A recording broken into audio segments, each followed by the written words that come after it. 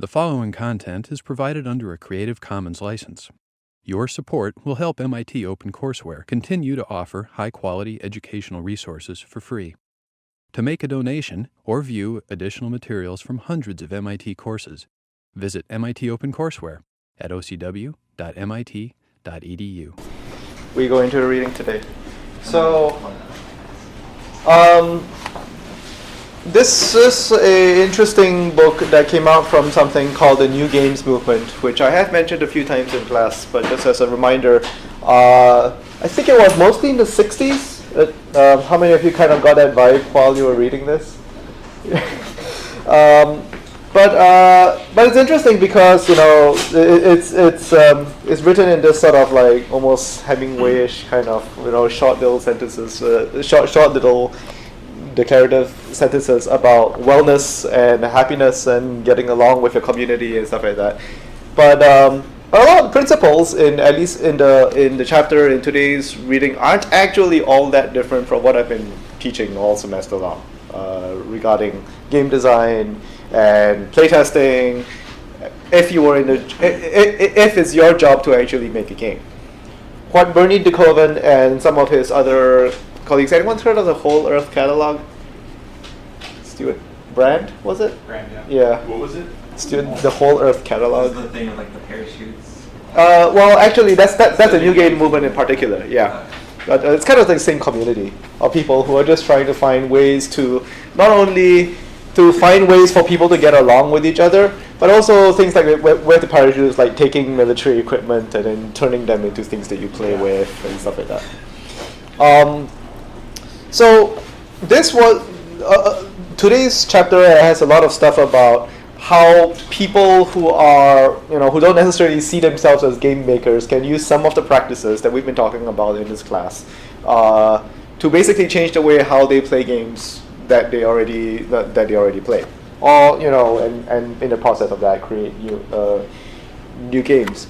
The New Games Movement, there's actually a new games book that is more about the kinds of games that you can play. It includes things like Parachute. If you've ever done that game where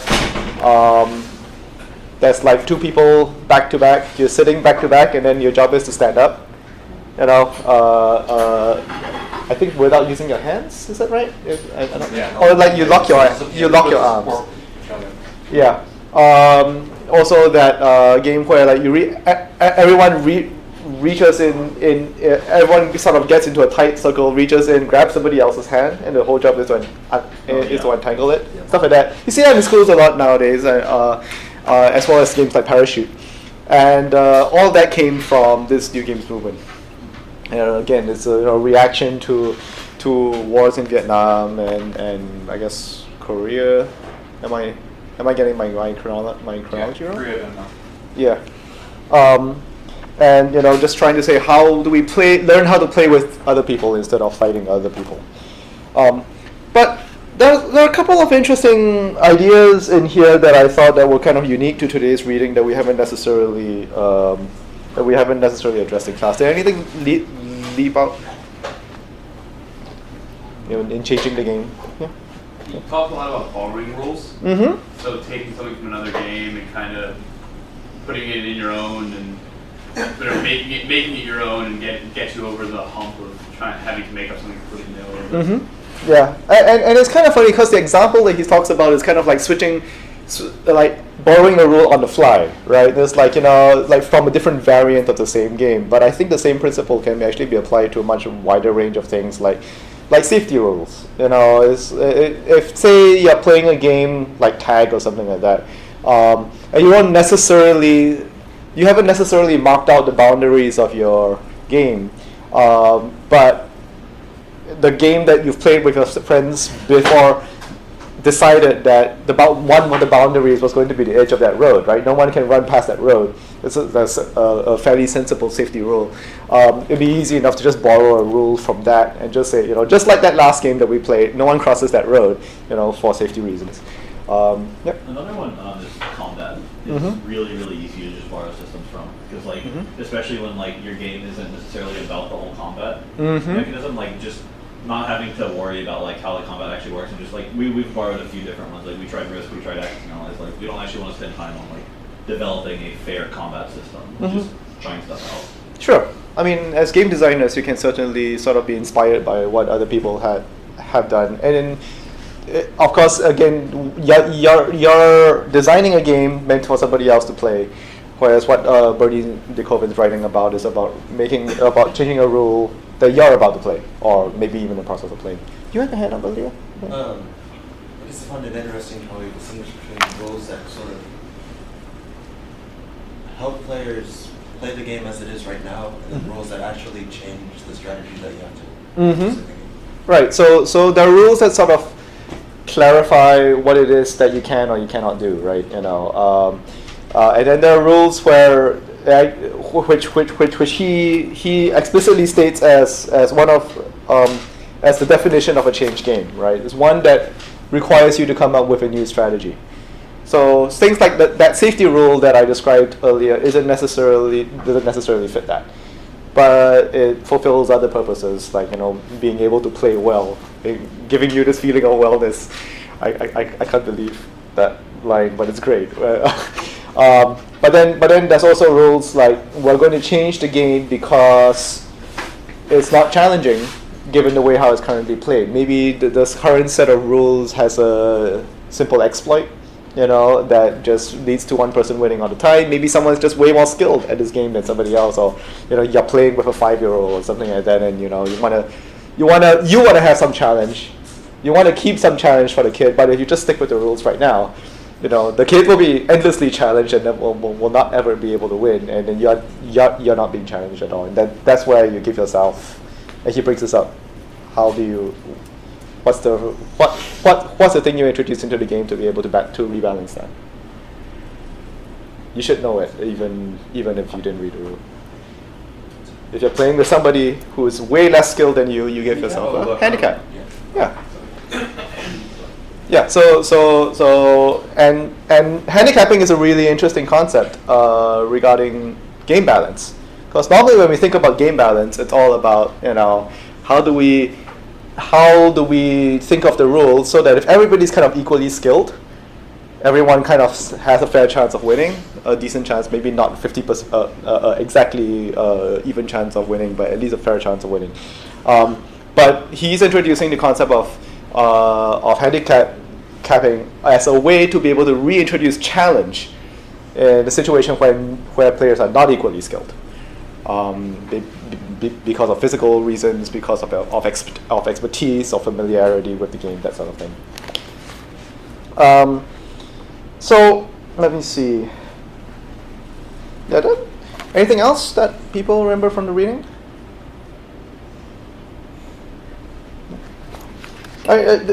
Again, a lot of the stuff, there's an interesting little bit that he talks about cheating as a thing that players should be trying to do if you are already in the mood to be able to then suggest rule changes to the rest of the community.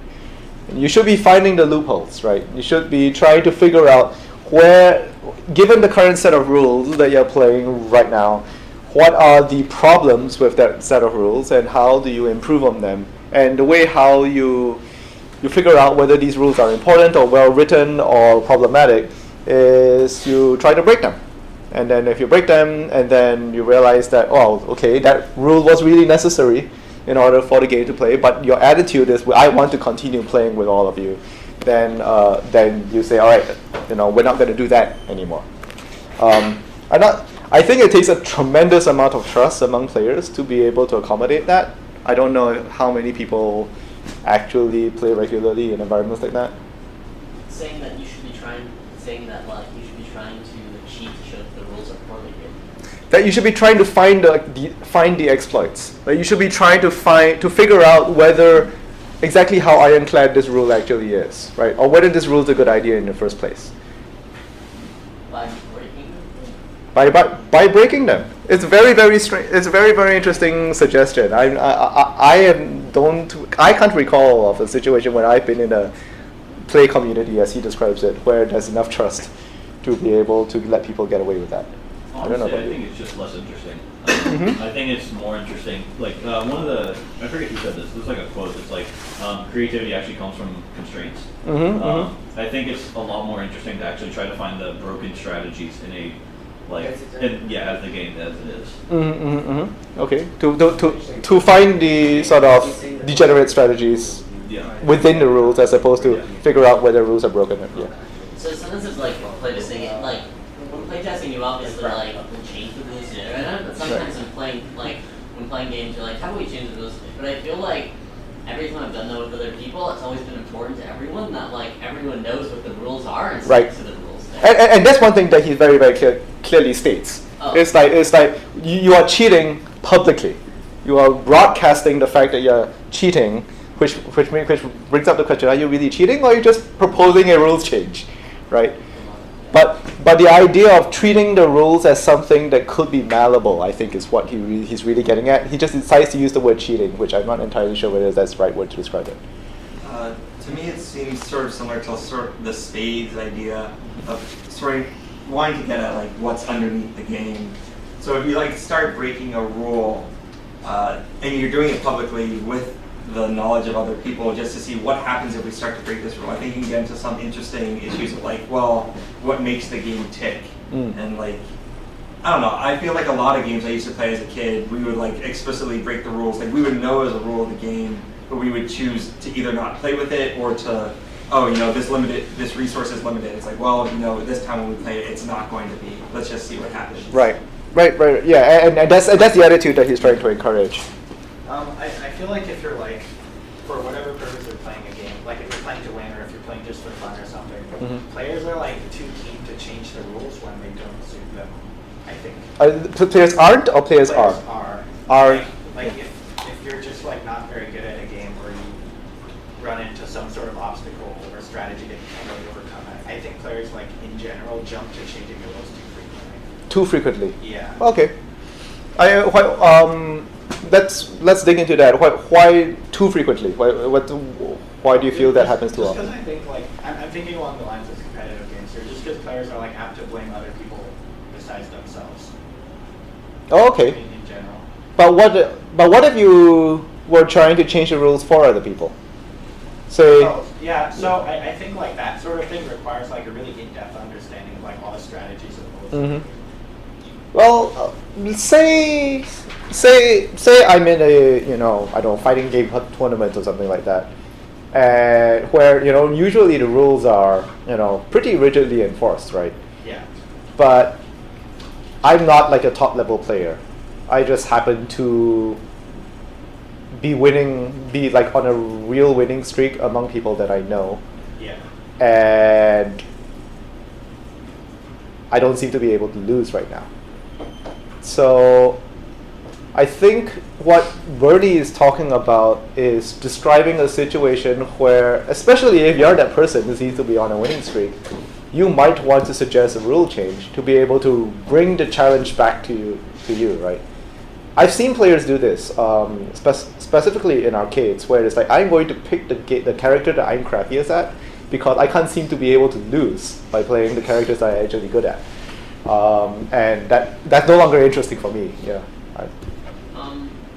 I mean, usually I try doing like rules changes to like, those games I play like I'm sort of like hung up with it. I'm calling it cheating. Yeah. Because for me, cheating implies that you are not changing the rules. If everyone agrees on the rules before on a rules change, then it's not. Then you have changed the rules. You are now playing by a different set of rules. If you play by those, you're not cheating because you're not playing by the original. So I feel like cheating is anything you are breaking the set of rules that was agreed upon. Well, and cheating also, I think, has a certain assumption that everybody else is not breaking the rules, right? No one's playing with a different set of rules but you, or but the cheat. In fact, a lot of cheats only work if everyone else sticks to the rules that's written, and then you're the only one cheating. So again, I think he's trying to get across the attitude, but he used the wrong word for it by describing it as cheat. You brought up the example of like fighting games, like picking a character like that you're not very good at. Yep. That's not even a rule change, in my opinion. That's true.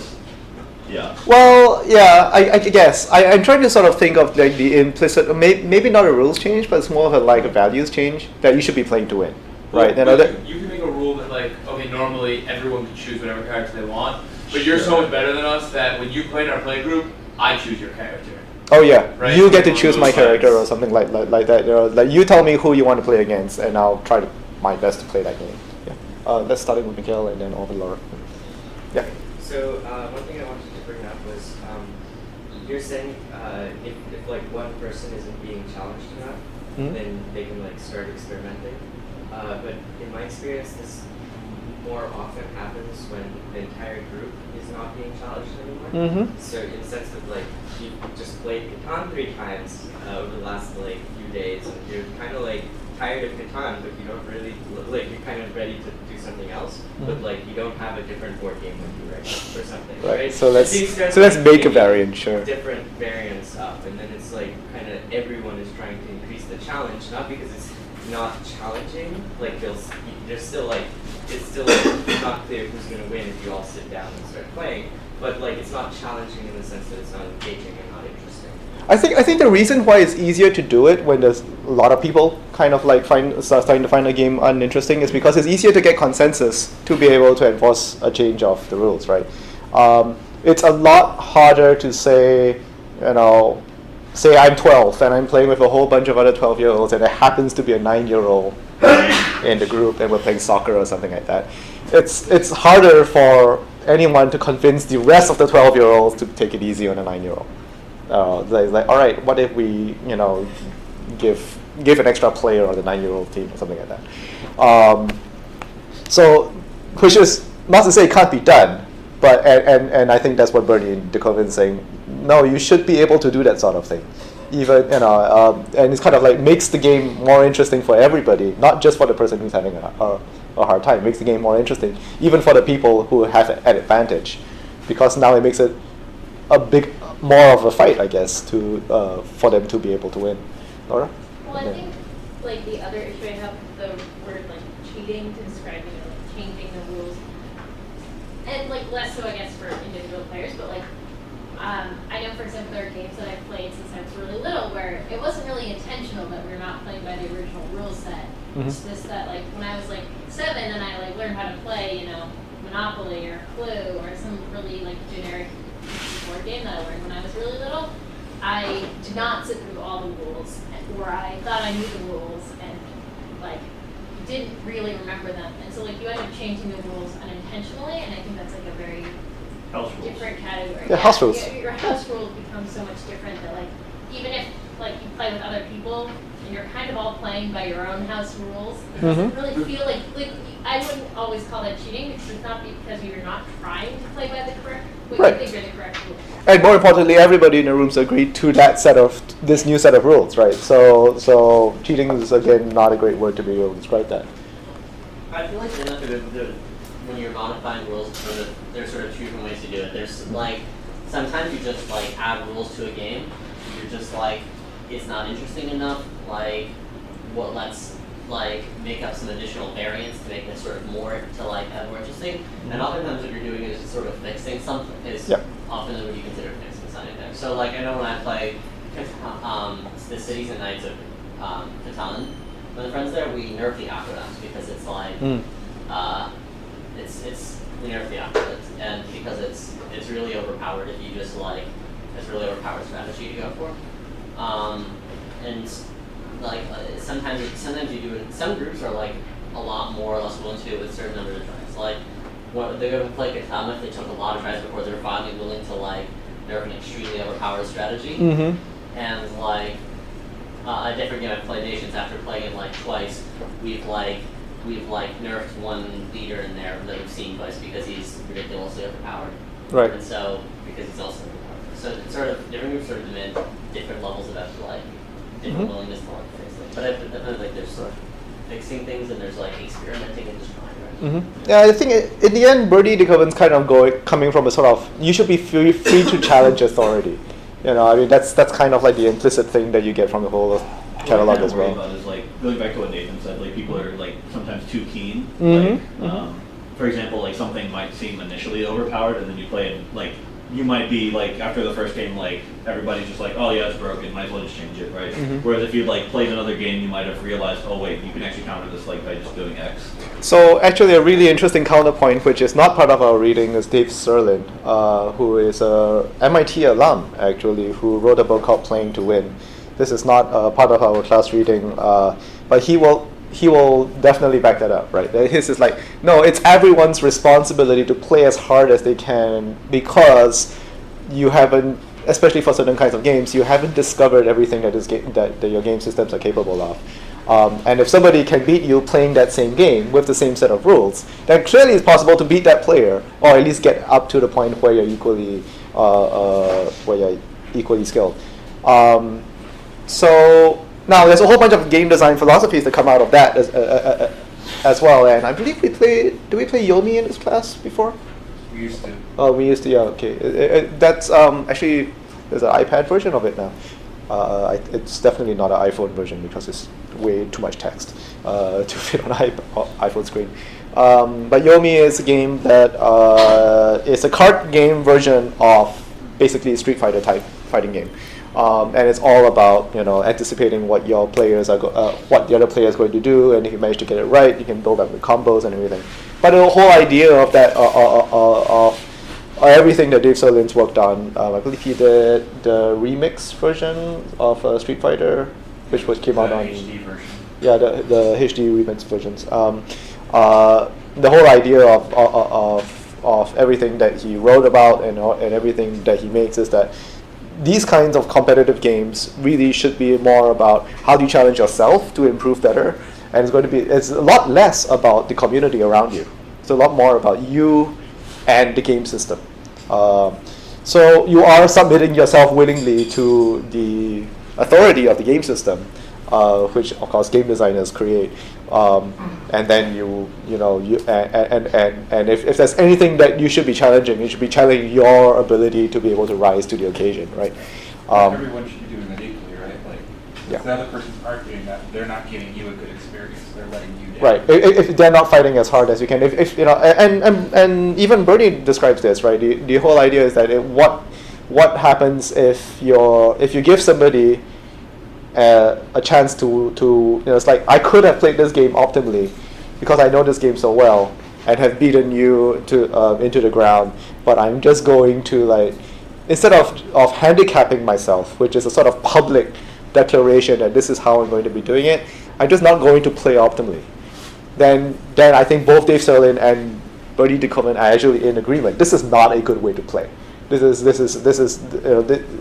because the person who's getting the benefit of that feels cheated of the experience as well.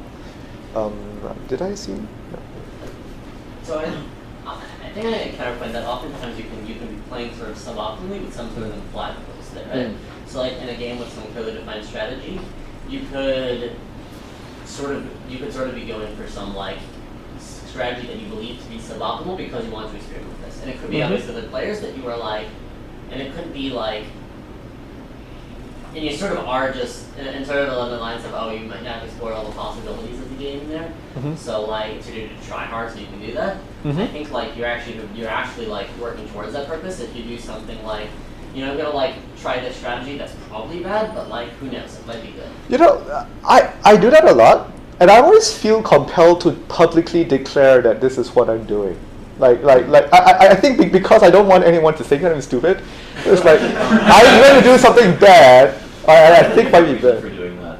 Yeah. A lot of times when I play board games, I play with people who are like really, really good at just like understanding and like making board games too. And so if I think that something might be an interesting way to play that game, I'll like say it out, and then it becomes actually more of like a cooperative, like, how could this strategy have been? Let's play this out and see what happens, right? And also, it's a learning experience for everyone. Well, what would you have done from my shoe? Like at this point, we're not even playing to win; we're playing to develop a strategy. Yeah, I was basically just going to say what Damon said. Like, you're not necessarily playing to maximize your fun right now. You're playing to like sort of explore the state space that the game has, and maybe find like a bigger strategical piece later on, I guess. And I think that's in keeping with what Bernie is trying to write about. It's like you are he ends up the chapter by talking about how you're scoring, right? How you're deciding what win is a win is, and in this particular case, this situation that we're describing, a win is learning how a new untested strategy is going to play out. It's like it becomes less about who is the individual who's actually winning, and more about are we getting something new from our understanding of this game, which can be really entertaining. Whereas I think Dave Sirlin's not quite so willing to let that go. He's a little bit more adamant that no, you should just be winning based on the definition of the rule set, not based on some sort of like extra community-arrived decision. And Bernie DeKoven's trying to fight for no, community-determined win conditions are fine. In fact, and there are many good reasons for you to go for that. Different points of view. This I'm not saying that anyone is there. I'm just saying that it's out there. I mean, I think if you want to maximize, like in the long term, your chances of winning, you have to do RNG. Oh yeah, absolutely. Yeah, I will agree. If you're a professional player who is in a team, you're probably going to be working with your teammates a lot of the time, not to determine who's better at the game, but to try to make everybody else play better, right? Yeah. And there's just two different perspectives on how you arrive at that. One is to play as hard as you always can, always play as hard as you can, so that everyone has to sort of rise to the occasion. And the other way is just, no, it's okay to do things like experiments. It's okay to do things like handicaps. It's okay to do things like I'm just going to play. I was playing a game just recently where like I'm going to do a suboptimal strategy on purpose just to see whether my opponent is capable of fighting it off, because it's just ridiculous.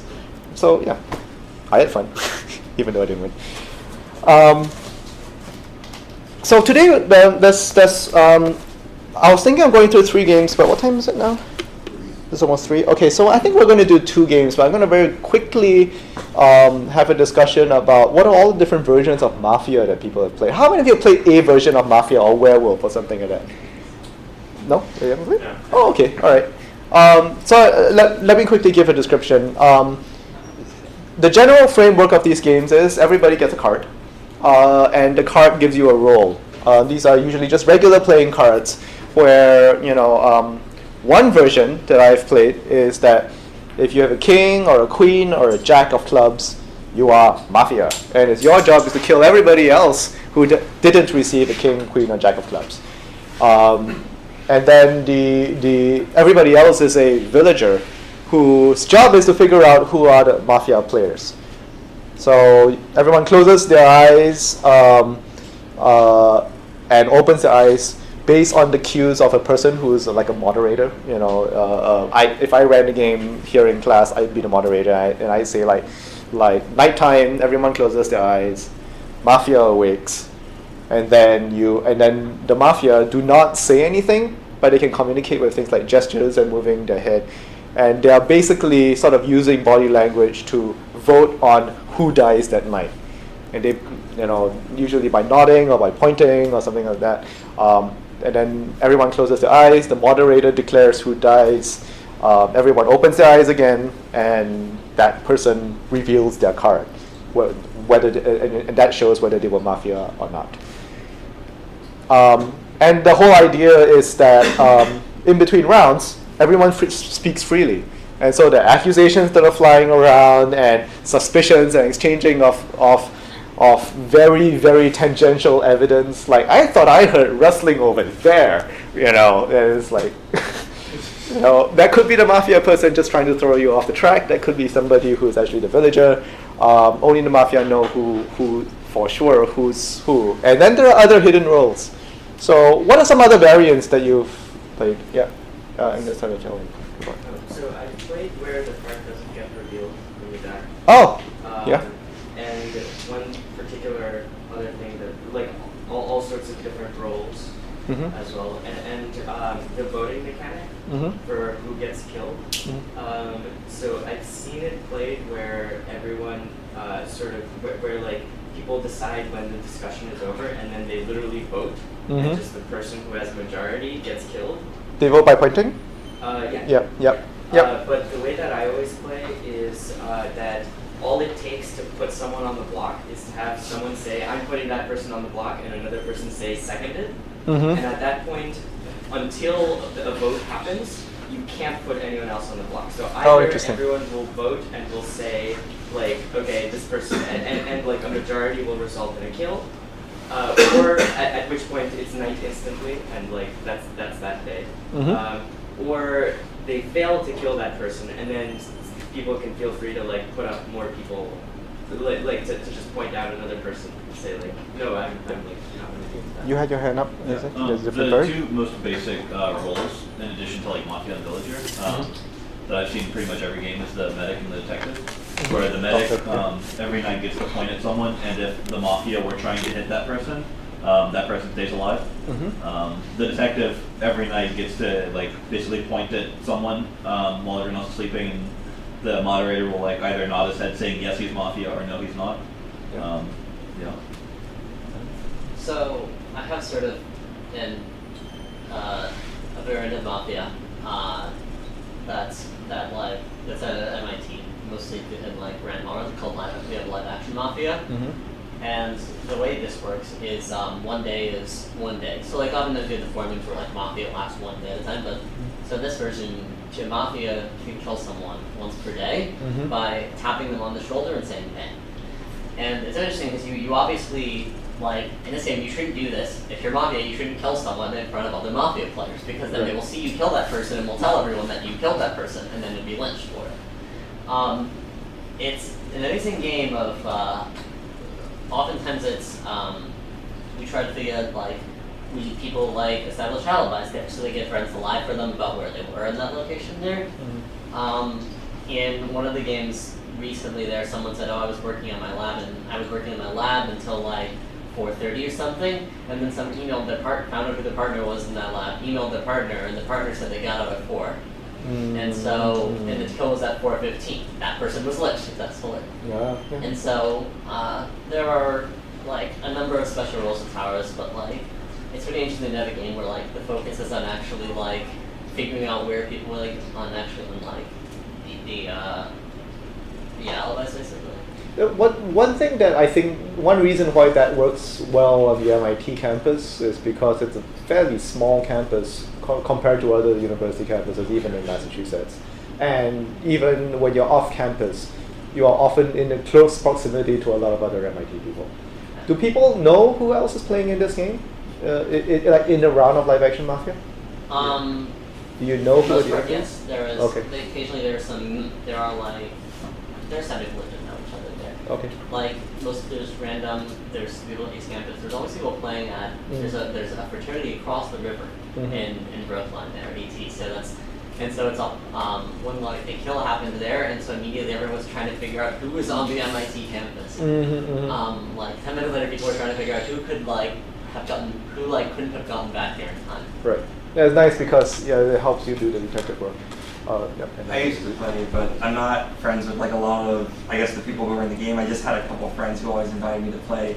And so I would usually get lynched pretty quickly because they'd just be like, we don't know this kid, let's just kill him off. So that's actually my biggest problem with Mafia is like, even just the like, sit at the table and everything, it's like, there's no real Mafia, we don't know you. Yeah. And so like, what'll end up happening, at least on the first round, is like, John, you look suspicious. I think John's Mafia. Everyone vote yes, and then everyone votes yes, and he dies, and he's sitting there like, I'm sorry, what? Yeah, exactly. Yeah, basically. Sorry,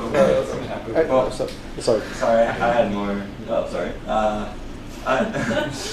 I was gonna say that a couple of interesting variants I played with are like where you have things like the Fool, where his job is to try and get killed as Mafia, or like an innocent, where like if the town accidentally kills them, then they just like automatically lose, things like that. I think the most confusing variant is was around on game where they had the Mafia, the medic, the detective. Then they also had, I think, the serial killer who was supposed to be the last person standing, and they won. There was an arsonist. I can't remember his goal.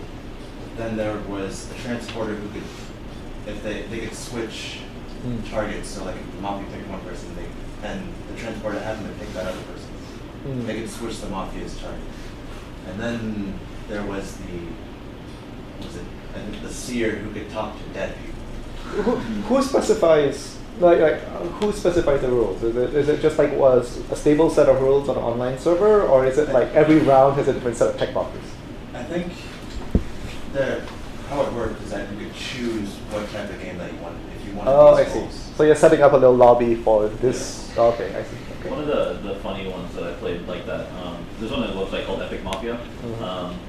It's actually like imbalanced, but it's still fun. It's a crazy cop who there are basically 3 cops in a mafia, and the cops don't know which cop they are. There's a crazy cop who always gets everything inverted.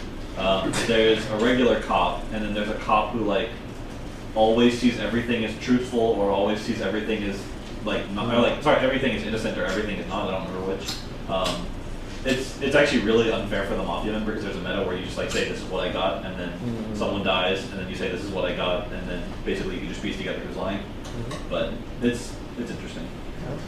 I don't know. Or, yeah, so I was going to say, you were talking about crazy games, but I played a degenerate game where someone role swapped God with one of the players.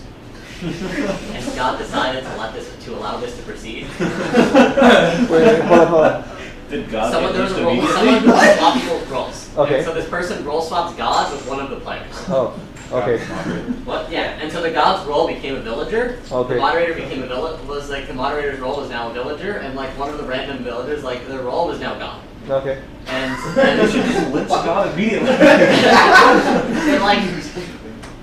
Yes, and like this person, the person who is now the new god made a bet with the player who is the head of the mafia that they could live till the end of game, and like after smiting like 10 different people won this bet. So the different aggregates of roles happen more or less like not by accident, but it's not like someone it's not like there's standards. It's right. like you get together with the group that's playing, and then you decide what roles there are. Or someone's like, oh, I thought about this beforehand, and I have some like a setup I think would be really cool. So my brother once put together a setup like that, which had I believe 17 people, 3 of which were vanilla villagers. With I'm not sure whether it was 4 or 5 different sides. Factions. So there are 4 or 5 different factions. So they were just playing like there's like Mafia, and then there's like werewolves, which are identical to the Mafia and also get a kill at night. And then there's the serial killer who's bulletproof, so he can't get killed at night. And he was also a separate faction trying to kill everyone else. And then there's the vigilante, who's like a good guy who also gets a kill at night. And so like this game like it was actually like surprisingly very good because everyone basically had a role, so no one was like unhappy about that, and everyone was more or less tried to like and the game's quick because even though it's 17 people, you've got like 4 or 5 people dying every round for the first couple rounds. So I don't know. I'm trying to figure out why there are so many variants of Mafia. There's something about Mafia or Werewolf or any of the names that people like. It seems to lend itself to people coming up with new variants and then adopting it. I mean, clearly it makes sense you need to be able to have a large group of people agree on the rules before it starts. So I'm not so confused about that. I'm wondering why Mafia. I think one, it's really fast to play through, which makes it very easy to play test. Right. And then 2, it's also just like really, really easy to extend. Like you could always make your own role, but you honestly don't need to. Like there's at least 100 different roles you could just like eeny, meeny, miny, mo and like aggregate into a game. Right. I was gonna say that it's sort of boring for the villagers. Just I guess sit there and just give it up one by one. So there's a clear flaw in the game that every one of these variants is trying to address, which is making things a little bit more interesting for the villagers. And I think the fact that it's very clear that all the rules are just like enforced by the people in the room. That there isn't a Mafia tournament as far as I know. I guess you could have Mafia tournaments spring up in the middle of conventions or something like that, but they don't seem to last very long. It's hard to imagine a version of Mafia where you aren't in direct contact with the person who established the rules for the round that you're playing right now. So it's very easy to just think that there's no canonical set of rules? I was just gonna. I was reminded of something. There was this one time where there was a game of Mafia where God failed to give out any Mafia cards. Oh. So he cheated as far as that goes, and so God chose someone to kill every night and pretended that there was a Mafia doing it. And so like the group started at like, I don't remember, probably around 12 people, and like at around 5 people, they were like, okay, this is impossible. As in like it is, as like the previous vote, they were like, okay, if this happens then blah, and if this happens then blah. And then like they kill someone and that person was like innocent even though they had to be guilty in order for it to like make sense. Right. So they were like, what's going on? I don't know, I think that's the sort of cheating that Bernie DeCola is actually describing as maybe we should try that once in a while, right? I don't know, they were like pretty mad at the project. I can imagine. Yeah, maybe that's the counter argument. Yeah. You were God again. So I don't actually know what the game's called, but we call it Spy. It's basically there's a certain number of spies and a certain number of resistance players. It's very similar to Mafia. It's called Resistance? Yes. Okay. Yeah, which is a Mafia type game. Yeah, it's a boss. Spies. It's like the opposite. It's very similar to Mafia, except that you have to pass a certain number of missions by putting people on the missions, and the spies try to fail them. The Mafia is trying to pass them. The Resistance is trying to pass them. And we did something very similar to that, where we had one of our friends left the room for a minute, and we go, okay, guys, next round we're all spies, and we came up with like a pecking order for who does what at one time. And we all tried to like blame one kid for being the spy the entire time. Then at the end, we managed to get to the point where everyone just voted for the only person that was not the spy to be the spy. So we basically just messed the game up to try and like accuse him and have fun with it. Right. But it kind of relates to that point of changing the rules. And Resistance is a little bit easier to identify that there is actually a set of rules because Resistance is a box product with a rule book in it. So unlike a lot of other games of Mafia where you kind of think things are pretty malleable. I do want to move on to something else, but while I get the last couple of questions, if you have a smartphone, try downloading this. I think both Android and it's free on both the Android and the App Store. Because we're going to play a couple of rounds of this, if the Wi-Fi cooperates in this room, which it may not. Okay. Yep. I really like Resistance because there's actual like public information, which means it's not just John's guilty, he's dead now. You don't just start the game by making stuff up. Yeah. Sure. Now, anybody who doesn't have a smartphone, you're welcome to use mine. Who would like it? I was going to say something about Resistance there. Yeah, go ahead. But yes, I have a chart of Resistance games.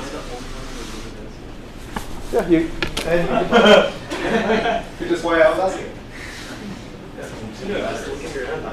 Although, actually, I'm going to get my iPad. I'll can you grab my phone?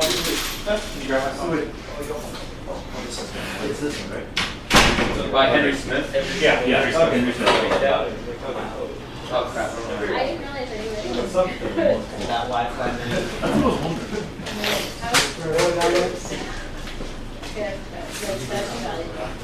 That's what I was wondering. Like, no, it's not. Yeah. Downloading that and like months. Yeah. I forgot mine. It's like I only have so many I use. Mine's actually Going up surprised to a lot. 30. Like I drop it on the floor like What maybe is it? 5 times a day, I would say. And Which is it's It's one of those.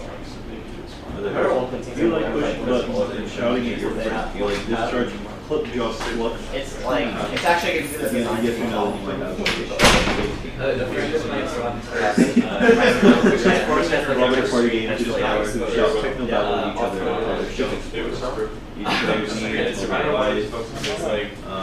Just Wi-Fi, not Bluetooth. You'll be assigned a random control panel with buttons, switches, sliders, files, all the time to the instructions. The instructions are being sent to your teammates, so you have to coordinate before the time is out. Also, the shift and you're trying to outrun the exploding Also, this was really cool. It is So so it's long. something so we threw it on the board like a lot. I think the changes are good. Okay, so Space Team is the game that I want to us to try to give a try, and we'll see if this works. If you're surrounded with people who have like the same kind of phone as yours, like Androids and iOS are like two separate things, you can attempt to do it over Bluetooth. It's just that you can play them Wi-Fi. You can play Android and iPhone together. Oh, Wi-Fi. If Wi-Fi works in this room. I have Wi-Fi. I have Wi-fi. Make sure Yeah, everyone there's is this- connected to the same I Wi-Fi. think it contains 94 gigs of resistance records running all of this. We use like we actually use basically 2 to 4 most of the rules from Don't everyone, forget but to go like Wi-Fi. that we're I'm on MIT Secure. basically it's like Haha! It looks like you're running the wrong Android. but yeah, we no, like keep wait, statistics and we have like the Awesome. like people's win percentages. MIT Also, Secure. like the online statistics are different from Yeah, average. and you can only do that with resistance because resistance is a fixed rule set.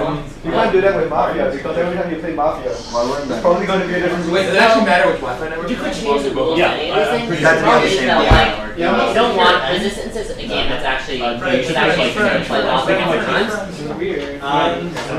Mafia was not a game that we wanted to play lots of times. They Yeah. want to play lots and lots of times. Because apparently my Yeah. phone doesn't like you.